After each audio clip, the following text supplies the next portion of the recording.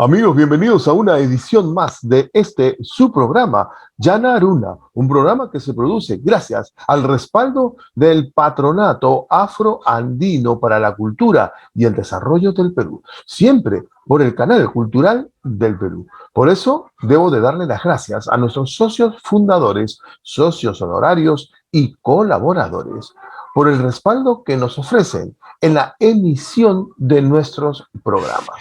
Gracias a ustedes por preferirnos y por siempre acompañarnos en cada una de nuestras emisiones. Como todas las noches, les rogamos y les pedimos que le den like y que compartan nuestros programas, porque de esta forma estarán compartiendo también educación y cultura. Dicho esto, vamos a presentar a nuestro invitado de esta noche. Se encuentra ya con nosotros Isaac Huamán Manrique. Estudió literatura, además educación también en la Universidad Nacional Mayor de San Marcos. Hizo maestría en educación en la UNE, la Universidad La Cantuta, y la especialidad en calidad educativa y acreditación en la ANR. Trabajó como documentador en Chirapac, Centro de Culturas Indias, y como profesor de español en Corea del Sur. En la actualidad es profesor en la Escuela Nacional Superior de Folclor José María Arguedas, de la cual además ha sido director de investigaciones.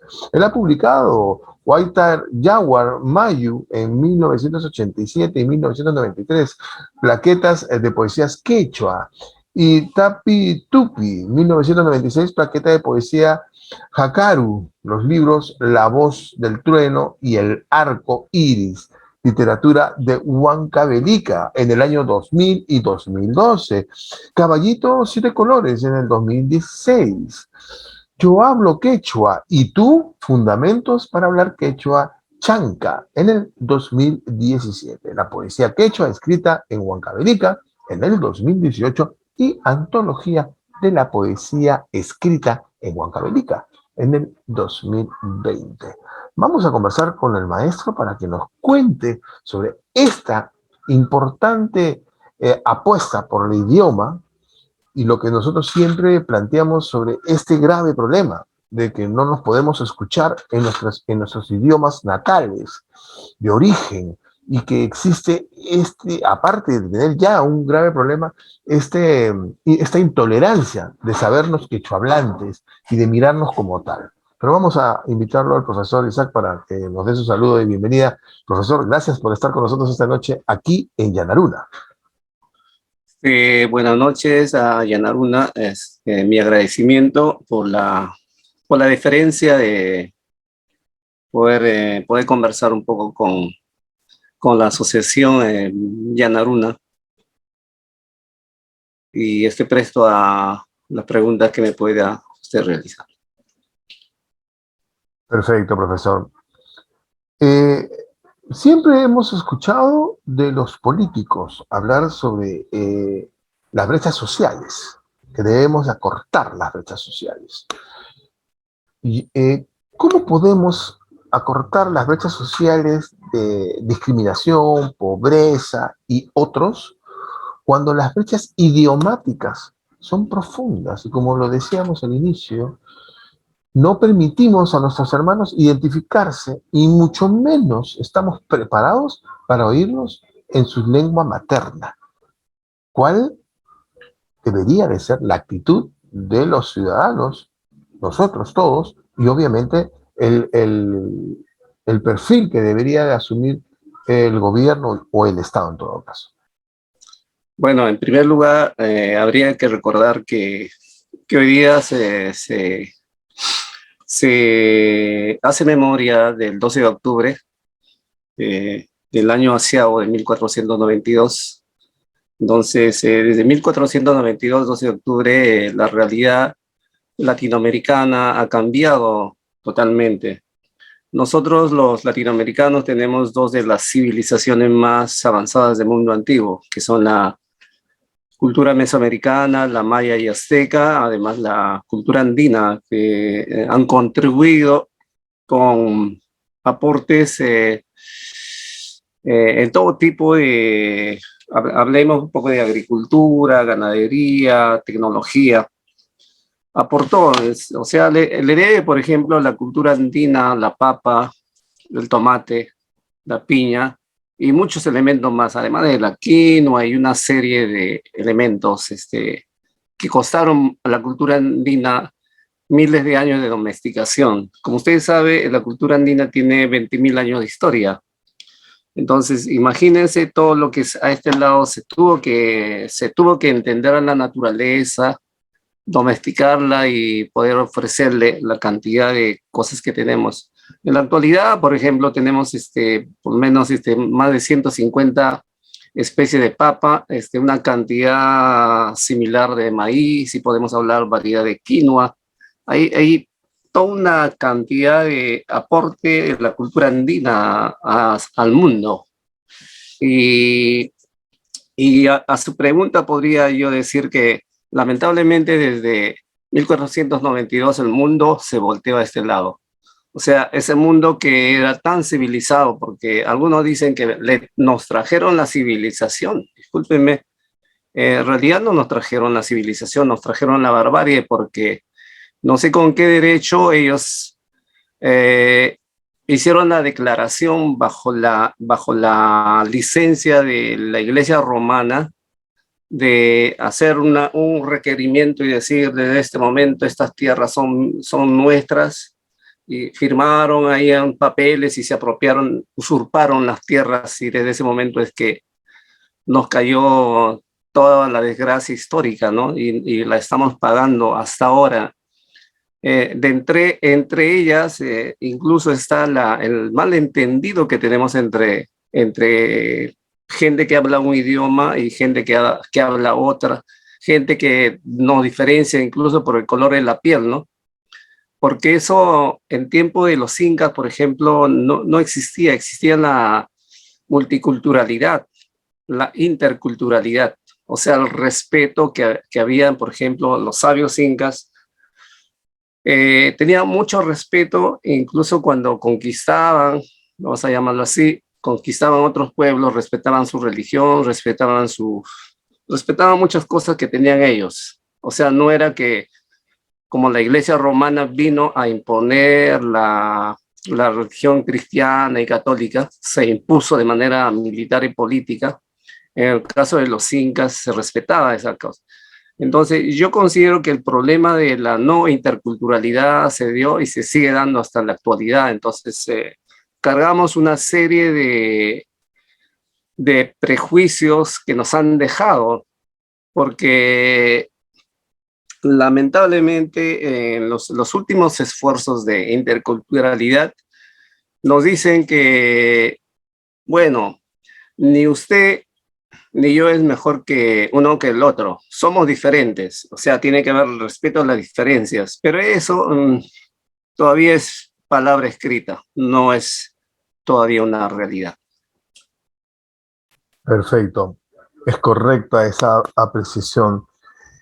Eh, Dentro de la construcción que se genera de lo que para el Occidente viene a conformar esta nueva civilización, o la civilización de ellos, en nuestra civilización, se despoja a nuestra comunidad, a nuestros pueblos ancestrales, se les despoja de su ciencia, se les despoja de su conocimiento, se les despoja de sus creencias, con la extirpación de imágenes y de creencias y de dioses.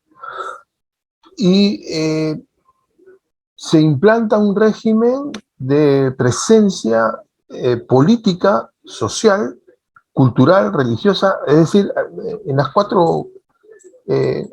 los cuatro vientos, ¿no? Los cuatro puntos cardinales, estricto, sangriento e imponente. Así es. Y nosotros y seguimos arrastrando ese lastre doloroso, indómito, que no nos hace indómitos, más bien que nos está costando mucho trabajo, incluso hasta para poder mirarnos al espejo y sabernos que nosotros poseemos una historia social mucho más rica que cualquier otro socialismo extranjero, ¿no? Yo no concibo, le confieso, profesor, no concibo hallar similitud con alguna tendencia socialista, comunista, por decirlo de alguna manera, de algún grupo o ideología extranjera, si en el Perú se practicó el socialismo perfecto.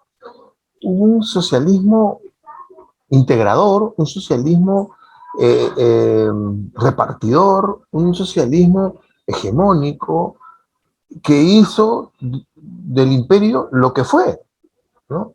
Un éxito, una exitosa nación agrícola, religiosa, militar, educativa. ¿Por qué no despertamos de esta pesadilla terrible? ¿Por qué siempre copiar? ¿Y por qué no mirar hacia la profundidad de nuestro mundo, de nuestra realidad? En efecto, se habla de que la sociedad inca era, ¿no?, una sociedad socialista. Mariátegui al respecto dice que era un socialismo agrario. Guampoma hace ver lo importante que tenía este régimen, porque en alguna medida no existía el hambre, no existía la desigualdad social, se daba así. O sea, no se puede negar también que habían desigualdades sociales, pero la alimentación estaba asegurada para todos. O sea, ahí no había mendigos, no había hambre.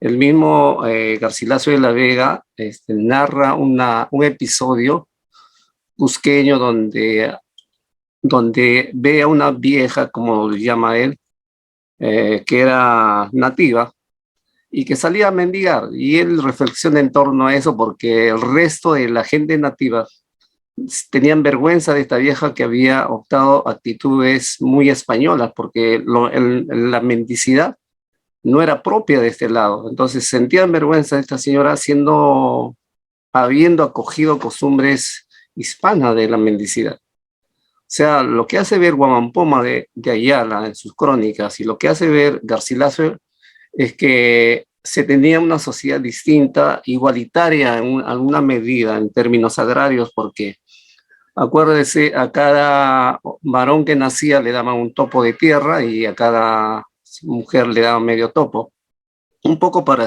asegurar su sustento.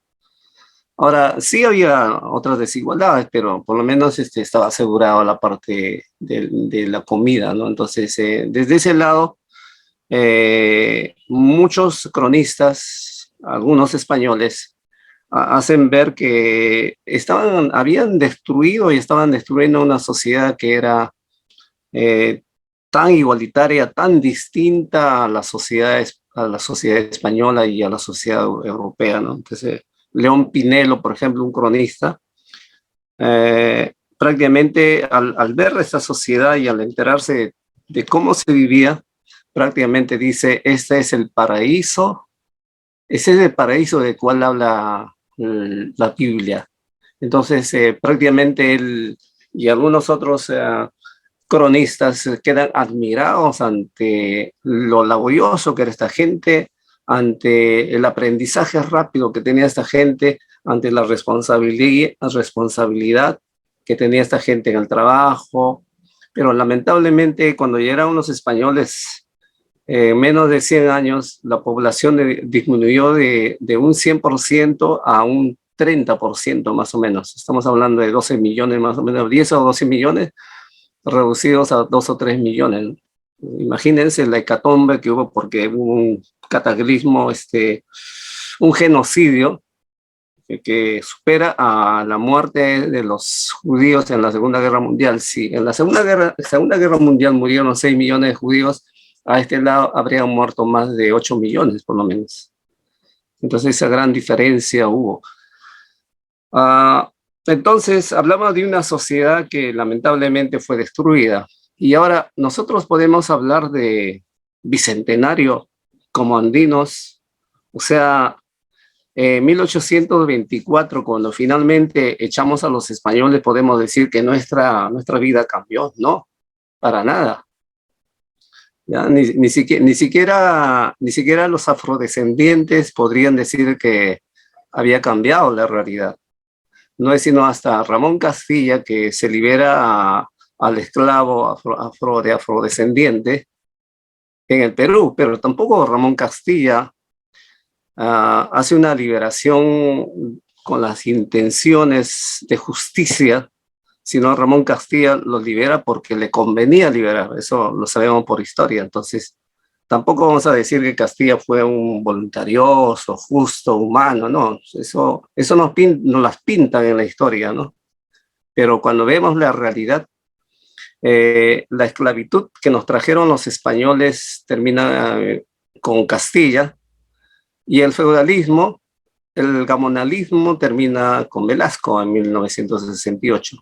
Imagínense que la independencia no haya liberado a los nativos de esta zona y nos quieran decir que debemos festejar bicentenario. Bicentenario para los hijos de los criollos, pero bicentenario para nosotros no, porque la explotación siguió el mismo curso, o peor todavía, que la colonia. Entonces, a partir de 1968, recién viene el gran cambio del Perú. En 1968 se restablece dentro de la visión del presidente Juan Velasco Alvarado el predominio del valor que se tuvo de esta cultura y estas sabidurías agrícolas que fueron las que establecieron pues la hegemonía del imperio, y que desde, como usted bien lo acaba de referir, se pudo establecer y controlar adecuadamente la administración de todo el imperio. Hoy estamos casi en estos 200 años, podemos apreciar que estamos en una especie de celebración de la doble nacionalidad, ¿no? Tenemos una doble nacionalidad, una nacionalidad nuestra, ancestral, y una nacionalidad impuesta, pues, ¿no? Impuesta por la invasión y por el dominio y la conquista. Por otro lado, tenemos una afroandinidad también, que es una afroandinidad que nos describe de cuerpo entero, y es una verdadera situación que es lo que ha convertido a esta gran nación en lo que hoy somos, y que no podemos darle vuelta atrás, y que deberíamos de trabajar sobre ello.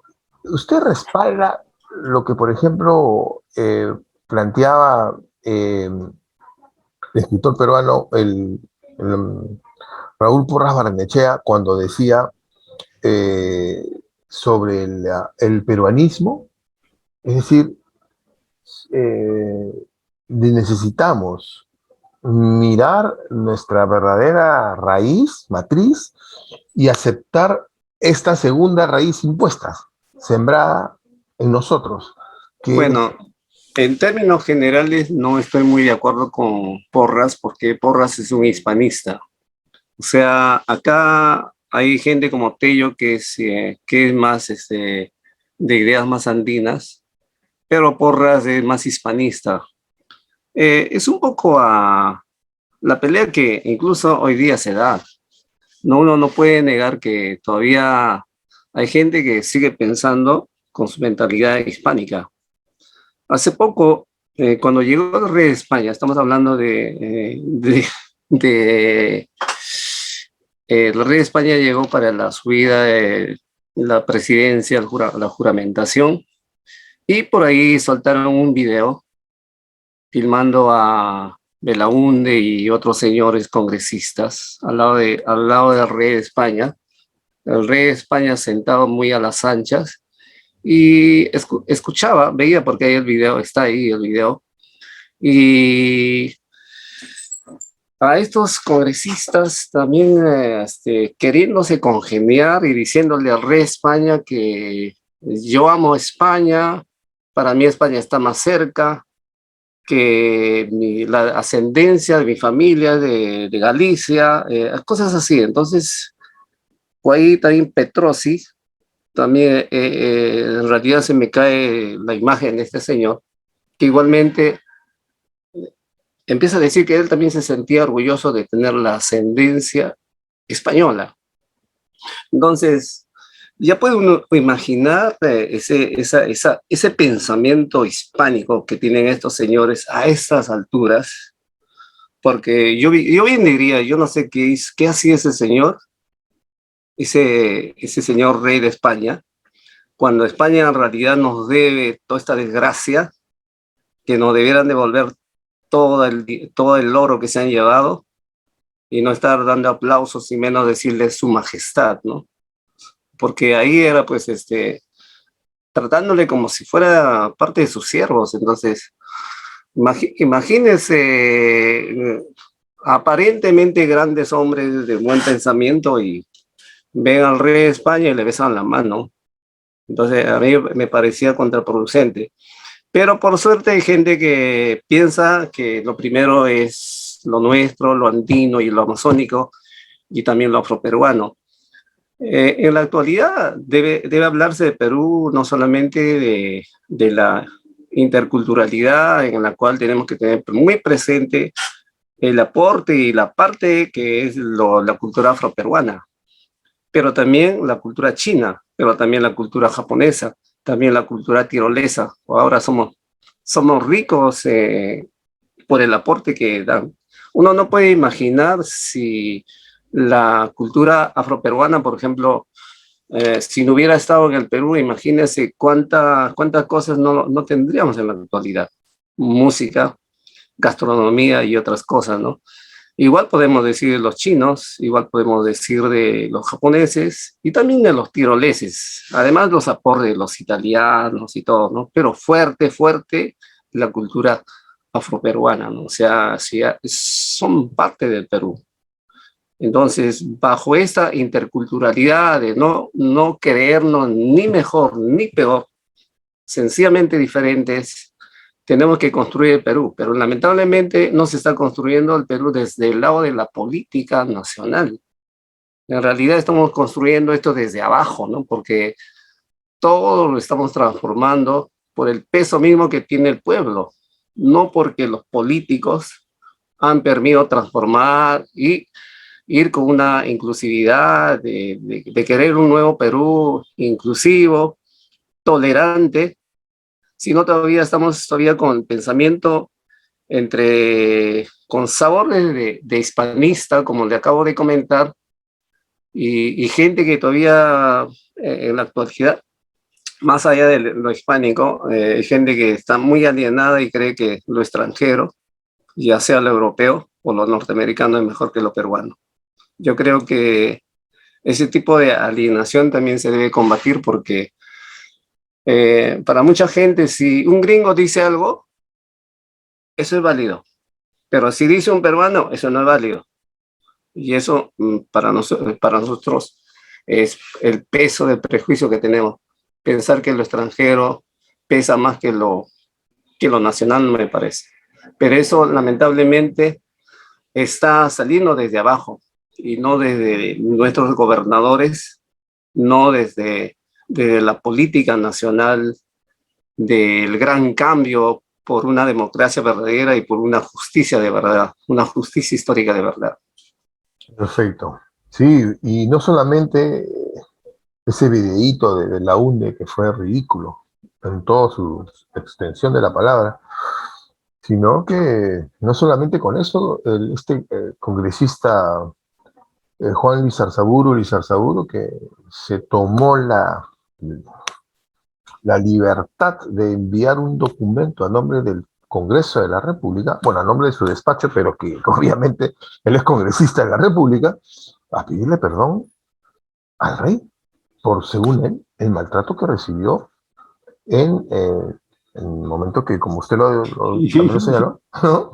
El presidente de la República dañó la imagen. Pero cuando estudiamos o hacemos una investigación de dónde proviene este señor Lizalzaburu, pues que nos caemos de espaldas, la verdad. Su esposa, ¿no? Trabaja en Telefónica, él ha sido empleado de Telefónica de España, 15 años ha trabajado en Telefónica de España. Entonces, obviamente, pues, que él vive, pues, de lo que produce la madre patria, ¿no? Pero lo que tampoco nadie se ha pronunciado que es lamentable, porque claro, Telefónica tiene pues auspicio puesto en todos los canales de televisión y todo el mundo pues calladito, ¿no? Más de 400 millones de dólares le debe en impuestos Telefónica al Perú. Con eso se hubiese afrontado toda la pandemia. Es un abuso y es realmente complicado. La hermana República de Chile también viene haciendo lo mismo. Por ejemplo, la comunidad Licanantay y las comunidades de Abdayala, acá de toda la región, están empujando también esta misma propuesta. Y sí, y cada vez que converso con ellos, con los hermanos chilenos, nuestras hermanas chilenas, y conversamos con nuestros hermanos colombianos, ecuatorianos, pero más con los chilenos, parece que vivieran en el Perú y están sintiendo y haciendo lo mismo. Esta invisibilidad que tienen las comunidades y esta discriminación atroz y feroz como hace 200 años, hace más de 400 años. Entonces, 12 de octubre, una fecha para celebrar, profesor, en realidad. Antes quisiera aprovechar de una expresión que usted dijo, la madre patria. Yo pregunto, ¿en realidad es nuestra madre? O sea, ¿de dónde viene esta frasecita infeliz para mí de considerar lo que es nuestra madre? Es como si ella nos hubiera generado lo que somos. En realidad nosotros le debemos más a las culturas andinas y amazónicas. Y llamarle madre patria, bueno, para los criollos, perfecto, pero consideren ustedes su madre, pero yo no la puedo considerar. No, para nada. Que lo que ocurrió históricamente, llegaron los españoles, usurparon, cometieron todo lo que cometieron, no tenemos más que celebrar, sino reflexionar en torno a una fecha, que lamentablemente significó la usurpación, la muerte, la destrucción, la desestructuración, el desprecio, la marginación, el olvido que tenemos por más de 5 siglos. Entonces, el 12 de octubre es una fecha para reflexionar sobre por qué estamos como estamos, porque nosotros no merecemos ser un país de tercer mundo como lo somos ahora, porque toda Europa se benefició del oro que se llevaron de México y de toda América Latina. Ellos hicieron el capitalismo gracias a todo el oro que se llevaron de acá. Entonces su capitalismo, su desarrollo, su situación de estar en primer mundo, se la deben todos prácticamente a todas las zonas, a todos los países del sur, ya sea África, ya sea América Latina. Entonces, debe esta fecha a invitarnos que necesitamos ver la historia, pero una verdadera historia, no esa historia donde nos cuenten cuentos de gente buena y que nos digan que, por ejemplo, que tal presidente nos hizo el favor, como Castilla, que nos diga Castilla liberó a los negros del Perú. Discúlpeme, Castilla no lo hizo con la mejor voluntad. Entonces decimos, ¿y qué presidente le hizo un gran favor al Perú? Eso nos tenemos que responder y decir, en realidad hemos tenido presidentes que le hayan hecho, que hayan elevado al Perú al lugar que está. Lamentablemente no. ¿Quiénes tienen la culpa? Bueno, pues primero los españoles, después los criollos y los hijos de los criollos. Y últimamente la gente que ha aprendido a vivir de manera oportunista y de manera arribista, y los traidores de siempre, ¿no? Porque en el Perú ha habido siempre traidores. Mientras el Perú siga viviendo y conviviendo con ese tipo de gente, porque para mí el Congreso no está sino con gente que lamentablemente se vende al mejor postor. Entonces, así no lograremos construir el Perú, porque el Perú, habiendo sido una de las civilizaciones más importantes del mundo antiguo, nosotros nos merecíamos estar mucho más desarrollados que Japón, porque Japón es un país tecnológicamente muy desarrollado. Y nuestra tecnología, pues cualquier científico lo sabe, que nuestra tecnología de precolombina es de primer nivel. Lamentablemente todo ese desarrollo quedó truncado en Perú el 16 de noviembre de 1532 y para toda Latinoamérica el 12 de octubre de 1492, ¿no? Esa es la triste historia, y lo que tenemos que hacer es tener nuestros verdaderos textos de historia para repensar el Perú y ponernos a actuar para construir un Perú que nos merecemos vivir, porque ya estamos hartos que todos los días hayan robos, que todos los días el Congreso nos decepcione, que siempre que sube un presidente igual nos tenga engañando y no tengamos los congresistas que tenemos, porque nos estamos jugando con el destino de nuestros hijos, de nuestros nietos, con el destino de las futuras generaciones. Perfecto, profesor. Es lamentable, sí, el panorama es turbio, no es alentador. Debemos de construir una peruanidad, un peruanismo real, concreto, honesto, que partamos sobre lo que hay, lo que existe, como dicen muchos, o como se ha acostumbrado a decir últimamente, es lo que hay, ¿no? Pues bien, hagamos eso. Pero yo creo que no va a marcar diferencias, eh, grados a babor más o grados a estribor más o menos. Lo que va a valer es que seamos una sociedad honesta, con valores, con principios. Eso nos va a marcar.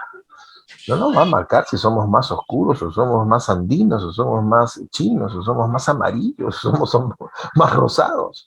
Nos va a marcar la honestidad. Y el ama sua, el ama yuya y el ama aquella, que son valores y principios nuestros, sí, pues apuntan a eso también. Entonces, si nosotros recogemos un poco también de aquí, un poco de todo, construiremos esa nación que tanto necesitamos construir, una república que no estamos ni en el primer peldaño siquiera. Falta, no hemos hecho.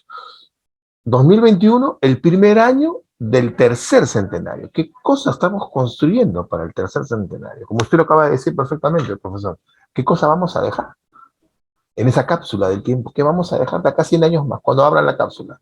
Telarañas, preocupaciones, malestar y más historias de robos y sacrilegios a la ya vapuleada y golpeada economía peruana y a su moral también. Profesor, yo le agradezco muchísimo que haya estado con nosotros esta noche, ha sido ilustrativo. ¿Y qué trabajo viene? ¿Pronto está preparando algún otro libro más? Bueno, como sabe, me interesa bastante el proyecto nacional. El Perú en realidad no tiene proyecto nacional. Chile tiene proyecto nacional. No importa qué presidente suba y sigue con el proyecto. Acá cada presidente sube y se vuelve inventor de la pólvora. O sea, para cada presidente el anterior fue malo. Entonces, a empezar de cero. Bueno, es una lamentable costumbre de los peruanos. Eso nos pasa igual cuando cualquier institución subes como director o algo parecido, empieza de cero. Entonces, no estamos acostumbrados a planes por 20 años, digamos, pero planes reales, que cambien la historia y que podamos construir, no importa quién esté en la presidencia, ¿no? O como director de una institución.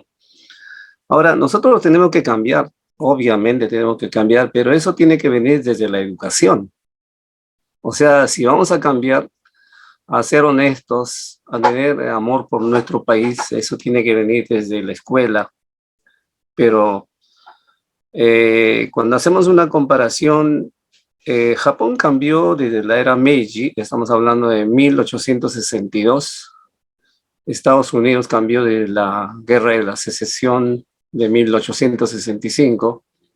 Y cuando hablamos de reforma educativa, Japón tuvo su primera reforma educativa en 1892.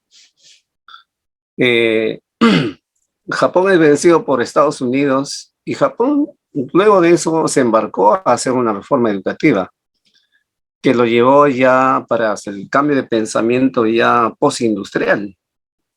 O sea, yo pregunto, ¿y cuándo se dio la reforma educativa en el Perú? Nunca. En el Perú no hubo reforma educativa. Entonces, estamos pagando las consecuencias de no tener una reforma educativa porque ¿de qué nos vamos a irrogar? De tener una buena educación. Discúlpame, no tenemos la mejor educación. ¿Alguna universidad peruana está en el ranking de las mejores 10 universidades del mundo? Tampoco, ni siquiera la católica. Entonces, necesitamos cambiar, pero ¿desde dónde tiene que venir ese cambio? Desde la política. O sea, no es posible que tengamos una educación de bajísima calidad y que no esté acorde a lo que pasa en el mundo. O sea, ahora ya uno no es que yo me voy a formar ingeniero para el Perú, no, usted tiene que formarse ingeniero para el mundo. Usted tiene que ser artista para el mundo. Usted tiene que ser profesor para el mundo. Todo está en función ya al mundo.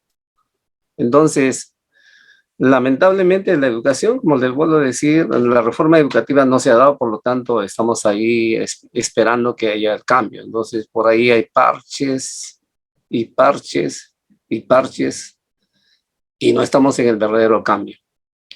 Se habló últimamente de la reforma educativa, pero tal como se ven las cosas, parece que no va a ocurrir tal cosa. Y en el Congreso se pelean de un lado y por el otro lado el Ejecutivo piensa de un modo. Pero cuando uno analiza qué es lo que está pasando acá, es que hay una guerra de intereses, una guerra económica, donde son los poderosos económicos que controlan el Congreso, lamentablemente. Y nosotros no nos damos cuenta. Entonces, nosotros tenemos que hacer por eso un análisis histórico, una revisión histórica y darnos cuenta de en realidad quiénes son los poderosos que controlan el destino de Perú. Y nos vamos a dar cuenta que finalmente los poderosos de Perú no son los congresistas, ni siquiera el presidente. Los poderosos de Perú son los dueños de Perú, aquellos empresarios que por la millonada que tienen controlan todos los poderes del Estado. Entonces, por ahí tenemos que ir a cambiar todo. Bueno, yo le agradezco mucho la invitación al programa Yanaruna. Me gustó esto de Yanaruna porque me parece que lo llevan con orgullo. ¿Ya? Yanaruna significa gente negra, ¿no? En términos bastante literales. Muchas gracias por la invitación. Esperemos poder haber contribuido a la reflexión de nuestra historia, de nuestra gran convivencia entre todos los pueblos de Perú por un destino mejor. Muchas gracias.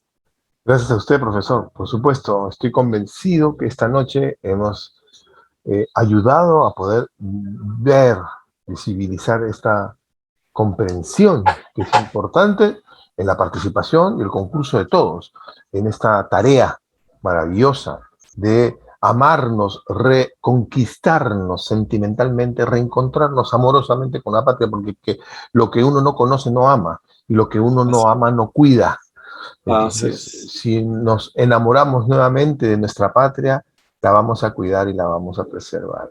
¿Cómo nos hemos crecido y criado sin amor? Es realmente Sí. asombroso poder no amar a nuestra tierra, ¿no? Y coincido con usted, yo lo dije en una manera sarcástica, esto de madre patria, ¿no? No existe más madre que la Pachamama, que nuestra Pachamama, la que nos dio la vida y a donde iremos en algún momento a parar también, y que estoy seguro que cuando dejemos este mundo nos recibirá con los brazos extensos, abiertos, y nos uniremos a ella, ¿no? Como decía la canción del Sambo Cabero, unido en la tierra contigo, ¿no? Contigo, Perú. Y esa es la idea. Gracias, Muchas profesor. gracias. Muchísimas Muchas gracias gracias. por su Que le vaya tiempo. bien a, Gracias a que usted. le vaya bien a todos los oyentes y videntes. Gracias. Muchas Ha sido gracias. el profesor Isaac Huamán Manrique, profesor de literatura y de educación también en la Universidad Nacional Mayor de San Marcos. Y él trabajó como documentador de Chirapaj en el Centro de Culturas Indias y como profesor de español en Corea del Sur, que ha estado esta noche con nosotros. Yo quiero dar las gracias también a mi productora, la comunicadora Delia Reyes Otárola, por el excelente trabajo que hace al frente del Canal Cultural del Perú como productora y directora. Y a ustedes, amigos, que nos dispensan siempre con su preferencia, muchas gracias por acompañarnos, pero como siempre les pedimos, denle like y compartan nuestros programas, porque así estarán compartiendo educación y cultura. Nosotros nos vemos, por supuesto, en una próxima edición de Yanaruna, siempre por el Canal Cultural del Perú.